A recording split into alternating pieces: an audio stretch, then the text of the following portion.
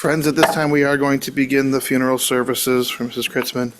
If you have a cell phone or a pager, we would ask you to take a moment to turn it off. And if not, we would invite you to turn it into the silent mode, please.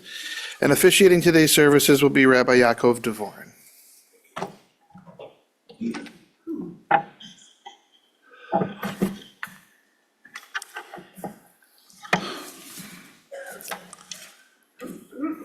We begin the service with 3 short excerpts from text. In each case, I will begin with the original Hebrew to be true to the text and follow it up with English translation so it can be understood. The first from the book of Yeshayahu, the book of Isaiah. Kol omer krav amar ma'ekra, kol basar chatzir v'chol chasto ketzitz hasadeh, yavesh chatzir navel tzitz ki ruach Adonai nashva bo. Achen chatzir ha'am, yavesh chatzir navel tzitz udvar Eloheinu yakum leolam. A voice says, cry out, and I say, what shall I cry? All flesh is grass, and all its beauty is like the flower of the field. The grass withers, the flower fades when a wind of the Lord blows upon it. Surely the people are grass, the grass withers, the flower fades, but the word of our God shall endure forevermore. From the book of Tehillim, the book of Psalms. Krachim av al banim richim Adonai al yireav, ki hu yada yitzreinu zachur ki afar anachnu, enosh kechatzir yamav ketzitz hasadeh ken yatzitz, ki ruach avrabo ve'einenu, v'lo yakirenu od mekomo, v'chesed Adonai me'olam v'yad olam al yireav, v'tzidkaso livnei vanim. Tender as parents are with their children, the Lord is merciful with his worshipers. He knows how we are fashioned. He remembers that we are but dust. The days of human beings are as grass. We flourish as flowers in the field. The wind passes over it, and it is gone, and no one can recognize from where it grew. But the Lord's compassion for his worshipers, his righteousness to children's children remain age after age unchanging. And once again from the book of Yeshayahu, the book of Isaiah. Al tira ki imchani, al tishta ki ani Elohecha, im atzticha af azarticha af temachticha bimin sidki. Fear not, for I am with you. Be not dismayed, for I am your God. I will strengthen you, I will help you, I will sustain you through my power. Family and friends, we gather here together to bid farewell and pay final tribute to the departed soul of Eileen Kritzman, Ita Devora Bat Matis Visara, who at the age of 97 years was called to her eternal rest in the world to come this past Monday, February 10th, which corresponds to the 12th day in the Hebrew month of Shvat. As others believe, I firmly believe as well, there's nothing as genuine, as sincere as hearing vivid, descriptive recollections from loving family members, especially at a time like this when one needs to say a final goodbye to that loved one. Therefore, we will hear from a number of Eileen's family members who will share with us their memories and their recollections. We begin first with Eileen's son, Jeffrey.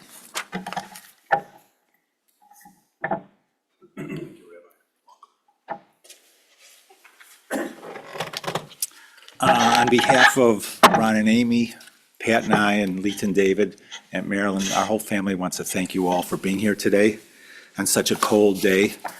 Mom would probably be upset with all of you for making such a fuss on a very cold day, but she was someone who was worthy of a little fuss. So, for all the wonderful things there were about Mom or are about Mom, I want to talk about her sense of humor. Mom, she had a wonderful sense of humor. And although as I was writing and thinking about this, I realized I never heard her tell a joke. But Mom was noticing and being amused by all the little oddities of life long before any of us heard our first yada, yada, yada. So with a heart saddened by her passing, but full of proud and love at being her son, here are the top 10 reasons I'm glad Eileen Kritzman was my mother. Number 10. Long before there were Rotten Tomato ratings for movies, she taught me that a movie could be so bad that it was humorously good. It was during one of these movies, and I was home as a kid. I was home quite a bit sick, and we'd watch these movies. It was during one of these movies, Meteorite Monster, which I'll go at length about the touching plot at some other time, that I saw her laughing so hard that she was almost in tears. And to me, she always had a little chuckle in her voice, but and I only saw her lose it like that a couple times, it was the most infectious laughter I've ever heard. It just engulfed all of you. Number 9, constant reminders to take a jacket, it might get cold, are so ingrained in me that I now have one of the greatest jacket collections in all of North America. In fact, I have a different jacket for every 5 degrees change in ambient temperature. Number 8, she never allowed her mahjong addiction to affect our family's finances. When we were kids, she would host the mahjong ladies once a month, and it was in the evening, and I'd be in bed, and we had a little house, you heard everything. And I still remember the sound of the tiles clicking together, and one of the ladies saying, 2 bam, 3 flour, 4 crack. Well, I know what bam and flowers are. I really don't know what crack is, and I don't really think I want to know at this point what it is, you know. Mom was the queen, number 7, Mom was queen of the crossword puzzles. And though I inherited her interest in doing them, I certainly didn't get her talent at doing it, you know. And once I started doing them years ago, and sometimes we would do the same puzzle, I sometimes would call her and I'd say, yeah, tough puzzle day. And she'd think about it for a second and very nonchalantly say, nah, not really. And that always just tickled me so much for whatever reason. Number 6. She encouraged Dad to introduce us to fishing and the outdoor activities, and these have been a constant joy in my life, and I'm sure you know what a rabid fisherman I am. Thinking about this later in life, I remember that when Ron and I were in high school age, Dad led our scout group on canoe trips to Canada, and I loved them so much there. And since Dad didn't get paid vacation, it was a big deal that he did this on his time, you know. And later thinking about it, I realized that every time we took a trip, there was some improvement to the house. Like one year we came back and he remodeled the kitchen. So years later, when I was already married and had a family and a little more aware of the give and take of married life, I asked Mom if this was like a deal that they made. You know, was this kind of the thing, you know? She thought about it for a second, looked at me and said, what are you talking about? Your father took my 2, parentheses, sometimes pain in the butt, teenage sons away for a week. I couldn't have been happier. Number 5, with no disrespect to Mrs. Fields or Mr. Amos, Mom was the greatest cookie baker in the 20th century. It's because of Mom that Grandma's grab bag we had when we were kids turned into Grandma's cookie extravaganza at our Hanukkah parties. And I'm happy to report that the delicious cookie gene has been passed down to her children, her grandchildren, and her great-grandchildren. So let's all just take a second, turn to someone next to you, and tell them what your favorite was. For me, mine has always been mandel bread, you know.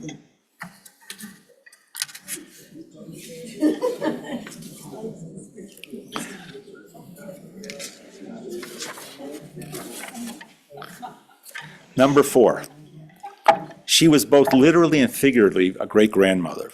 Even the most active grandchild, and we had some active ones, would settle down in Grandma's lap while she read them a story. And to the very end, she delighted in hearing about them and seeing their pictures of her 9 great-granddaughters and 1 great-grandson. Yeah, 9 girls, 1 boy. So Augie, hang in there, buddy. You know. Number 3, she accepted the woman I love into her heart and home. Mom was never a sitcom-type grandmother or a mother-in-law. She treated all our spouses, she loved them all, and treated them all as if they were her own children. And I also just like to note, especially these last few months, the tremendous care, love, and devotion from Pat and Amy to Mom. It's just truly inspirational, and we love you forever. Number 2, she taught us about prejudice by not having any. I never heard Mom say really a bad word about anyone, except Mrs. Simpson, and we'll talk about that later. All right, and the number 1 reason I'm glad Eileen Kritzman was my mother, she loved all of us, every one of us, with a kind and gentle soul and a loving heart. Goodbye, Mom. The world was a better place for you being in it. We'll miss you. Thank you.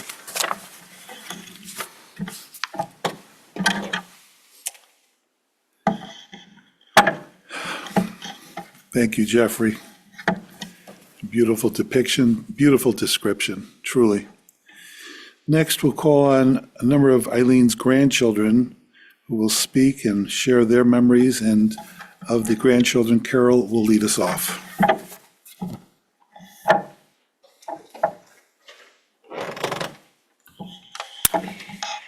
Grandma, I heard you are known to be sort of tough on your kids. I can see that, but as a grandchild, I only ever felt warmth and love from you. You were the stereotypical grandma in the best of ways. You had cookies ready for anyone who stepped foot into your house and waffles for anyone on their way out. You poured your love into your children, grandchildren, great-grandchildren, and everyone around you. Over the past few weeks, I've been looking through old photos of our family and taking time to remember. What I found was you. You're in the background of so many pictures, and more importantly, in the background of so many of my memories.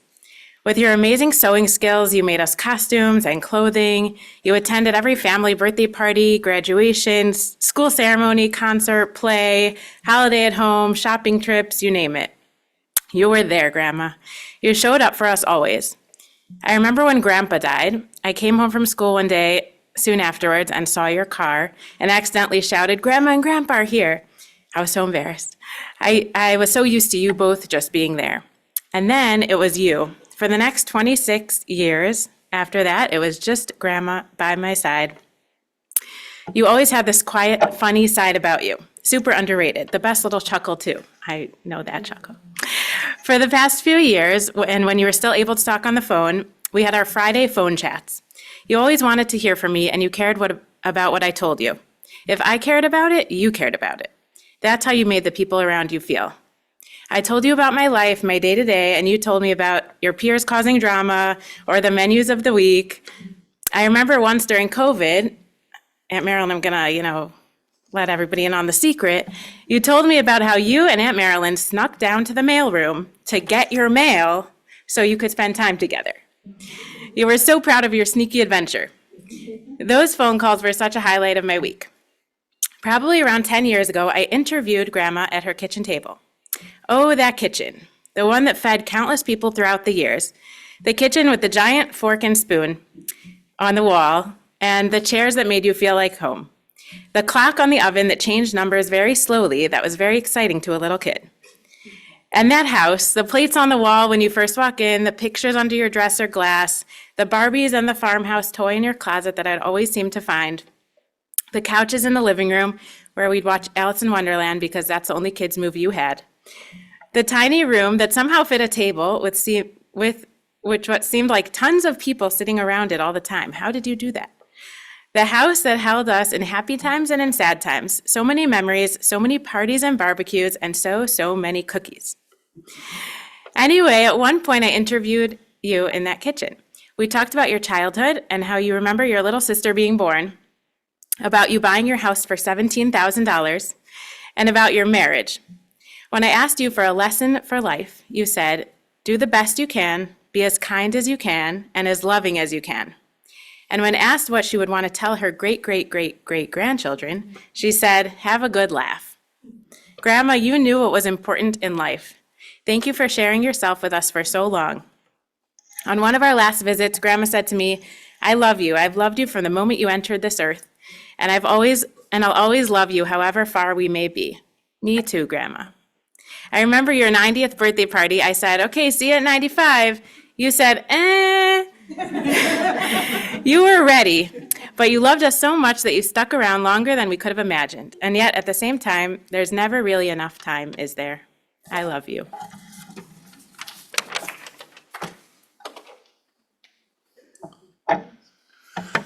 Such a beautiful tribute.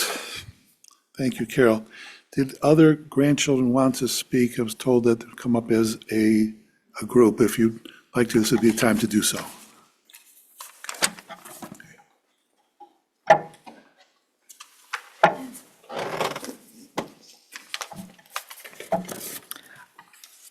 I love hearing some of the same themes.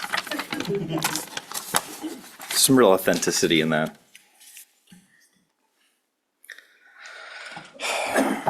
Distance makes the heart grow fonder. There's something very special about living near your grandparents, and it's something, unfortunately, my brothers and I didn't really get. But what it did give us was something truly unique, and that it made every single experience with Grandma exciting and always special. As a kid, we made an annual pilgrimage, and I mean that very literally. It was quite the pilgrimage to Chicago. We listened to Harry Potter books in a packed minivan for 12 hours to spend time with family, and especially Grandma, who was our prime destination. Year over year, the anticipation of that trip and the specialness of the experience never wore off.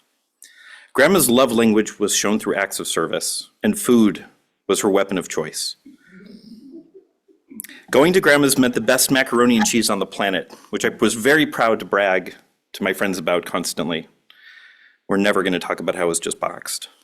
It meant card games at a weirdly hexagonal and magically large kitchen table in a tiny room on round, bright orange swivel chairs. I played War and Casino and never lost. We could arrive from our expedition at 1 in the morning, and Grandma would be up waiting for us with a table of hot food and beds made up for us. We could show up unannounced due to a schedule change or something like that, and Grandma could pull out a solid 4-course meal of freshly cooked food from her freezer and still have a freezer full of food. I can still smell her freshly baked cinnamon buns. I fell in love with Norman Rockwell paintings, sleeping next to her plate collection on a pull-out couch in the very same room my mother grew up in. When I got older, I brought my kids to visit Grandma. I watched her play games with my kids and snuggle them and read books, while all my children played on the little TV and pounded a burger buddy from Ken's. I watched as my worldview came crashing down on me, as she cheated in war to lose to my daughter just to see a smile on her face. Time with Grandma was always special.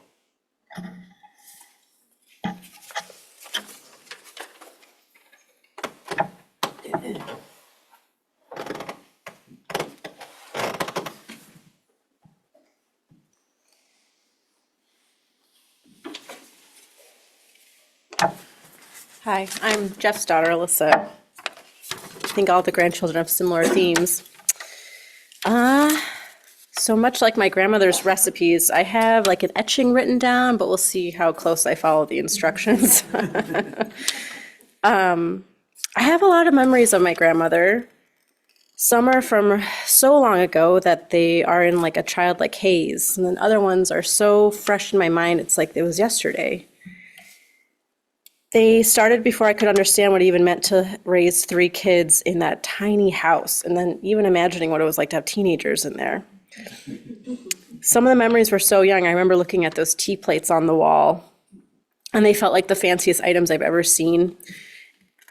And that was before I realized how kind she was to let us run around that house like mad kids all over the place, even going into her own bedroom and letting us pull out those old games like Battling Tops and Crossfire, or how that pink little tiny bathroom always smelled like rose. I have endless memories of pouring cinnamon sugar over the mandel bread baking after the first bake, and Grandma explaining that even though mandel is almond in Russian, we Kritzmans never put almond extract in our mandel bread because we prefer chocolate chips, especially Grandpa. And there were memories that felt like an accomplishment before I even understood what it meant to do all that baking in that tiny orange and brown kitchen. And I also remember how I would stop by her house before I'd go down for another semester of veterinary school, and she would open up what can only be described as the Mary Poppins freezers of freezers, as she would hand me a full sets of frozen meals for those long nights when I was too tired to cook after a long day of studying in classes, of which there were many. I'm so grateful for all these memories she has left with me and all of us, because underneath their simplicity, there's how much I see now that all the strength and love and kindness and pride she had in all of her grandchildren. Thank you, Grandma.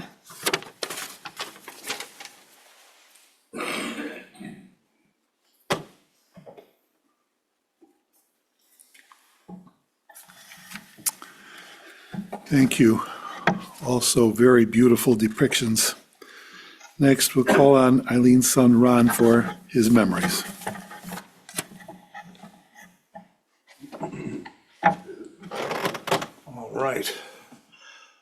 I am not going to try to read this on my phone. I printed this out because my eyes are not what they were for looking at stuff on a little bitty phone screen. I'm Ron. I'm the eldest of Eileen's 3 children. And I'd like to share with you a note that we found on her computer. It's titled When I Die, and it's dated back in June of 2002. In 2002, Mom said, I just came home from having lunch with the ladies mentioned in the Rovan folder. That was another thing on the computer. The discussion was all about things that old ladies think about: nursing homes, long-term insurance, and what they want at their funerals. One lady wanted music, another wanted a special poem. To lighten things up, I quoted the Chuckles the Clown epitaph from Mary Tyler Moore: a little song, a little dance, a little seltzer down your pants. I know this is not appropriate at funerals, but it did give us a laugh. Seriously, it did give me some thoughts, not necessarily for my funeral, but for all of you that I love so dearly. I don't want my family to be sad about my going. Be happy for the life I lived. I was blessed with wonderful parents and siblings as a child. As an adult, I had a loving and caring husband and the world's greatest kids, who in turn picked the world's best spouses. They in turn have had 9 of the most beautiful, loving, caring, and thoughtful grandchildren any grandmother could ever wish for. I've had a lot of fun along the way and no regrets about the way my life turned out. I've had friendships that lasted for a lifetime and a sister and her family that were so close and dear to me. So thank you all for your contributions to my life. And it's signed, Mom, Grandma, Aunt Eileen, my Tuttles while living. Well, since then, Mom has added great-grandma, Gigi, and some others, and that was a blessing as well. The note was written in 2002. She would live another 23 years, 14 of them still in the house where Lita, Jeff, and I grew up. She never did like moving. She was in things, family, friendships, houses, for the long term, and was rewarded with a long, happy life.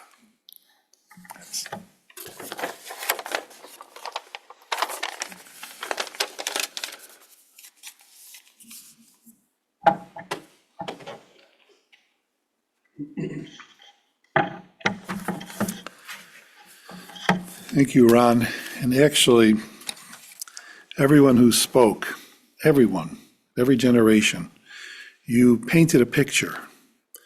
Your description was so vivid that you shared with others that which is in your heart, and you were able to describe in the most, I think, moving, impactful way your emotions, your feelings, and the descriptions of somebody who is extraordinary. You succeeded at that.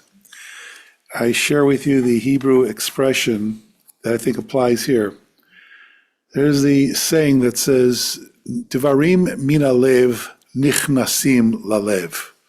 Those words that come from one person's heart, they enter the hearts of others, and that's what you've done here.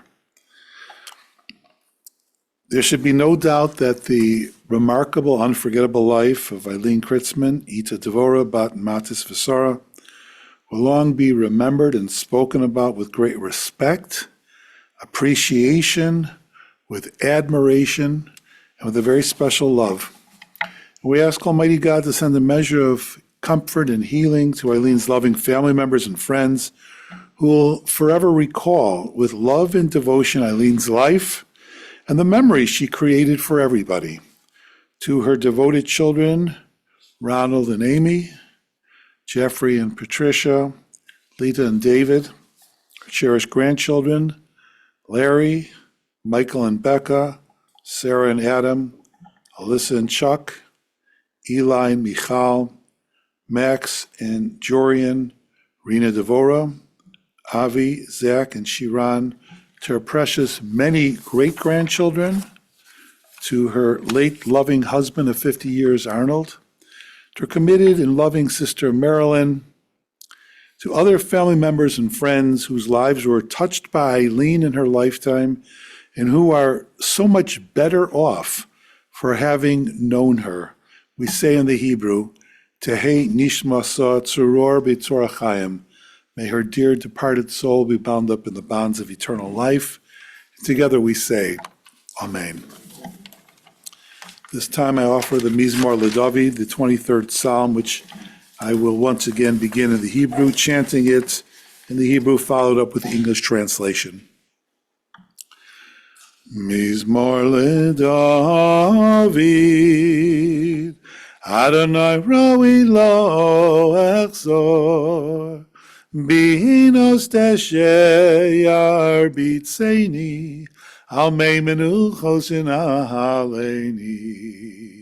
Nafshi yeshovev, nafshi yeshovev, yancheni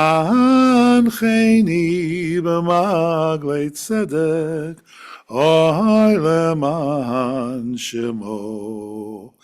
Gam ki elech begeit salmoves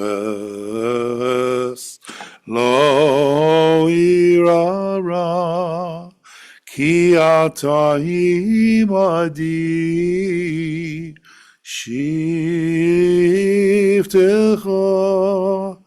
umishantecha Shivtecha umishantecha Hema yenachamuni Taroch lefanai shulchan Taroch lefanai shulchan Taroch lefanai shulchan Neged Zohorei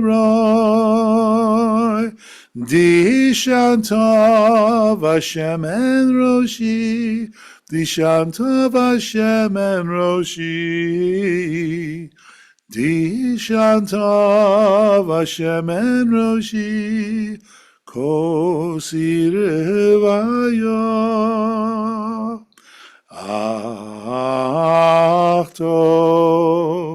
Ach tov achesed yerdefuni kol yemei chayai v'shavti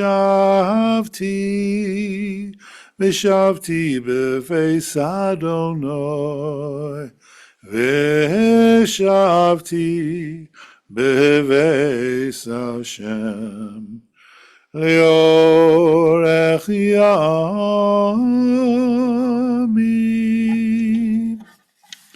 The Lord is my shepherd, I shall not want. He has me lie down in green pastures. He leads me beside the still waters. He guides me on paths of righteousness. He revives my soul for the sake of his glory. Though I walk in the valley of the shadow of death, I fear no evil, for you are with me. Your staff and your rod comfort me. You set a table in sight of my enemies. You anoint my head with oil. My cup overflows. Surely goodness and mercy shall follow me all the days of my life, and I shall abide in the house of the Lord forevermore. This time I offer the memorial prayer, but it is not the more familiar memorial prayer with which you may be familiar, that is the Kelmolei Rachamim, being that today is Chamisha Asar B'Shvat, the 15th day in the Hebrew month of Shvat.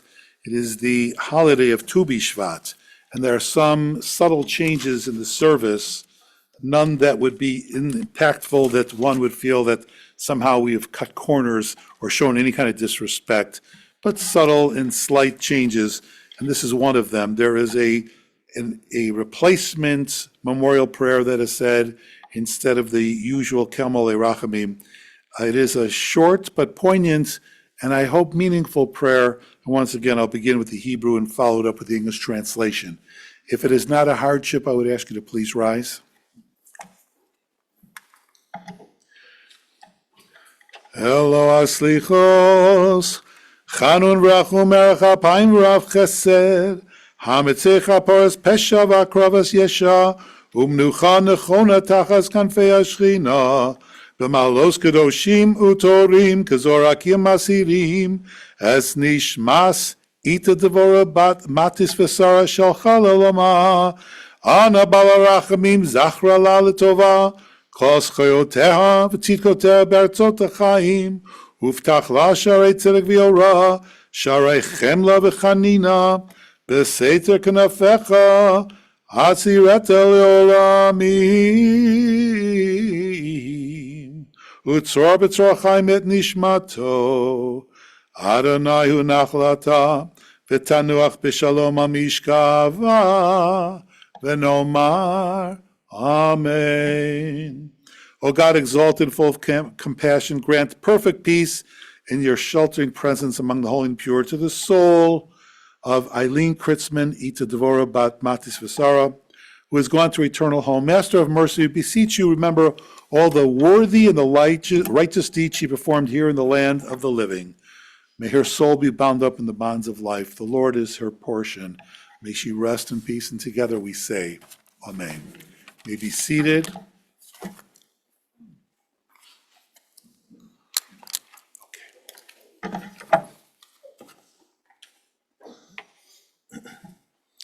Thank you. This concludes the services here at the chapel. The interment and burial service will continue at Shalom Memorial Park in Arlington Heights. For those of you traveling with us to the cemetery and the funeral procession, please keep the following safety precautions in mind. Please make sure that your bright headlights and your four-way hazard flashers are on.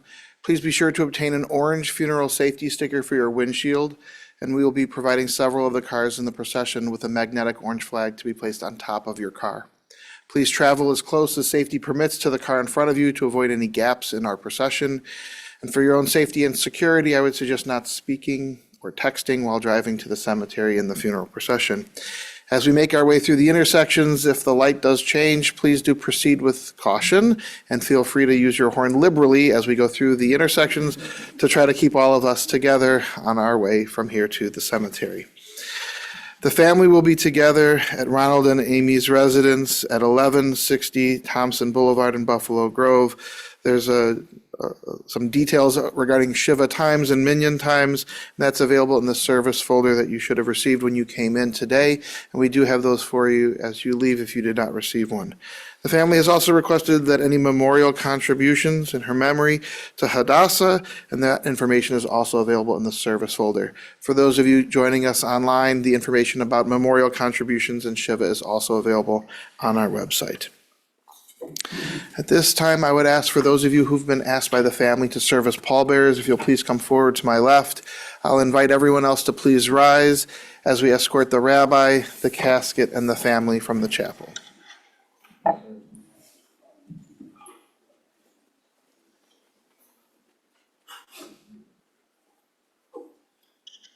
Pallbearers, I'm asking, please follow 2 by 2 until we get outside.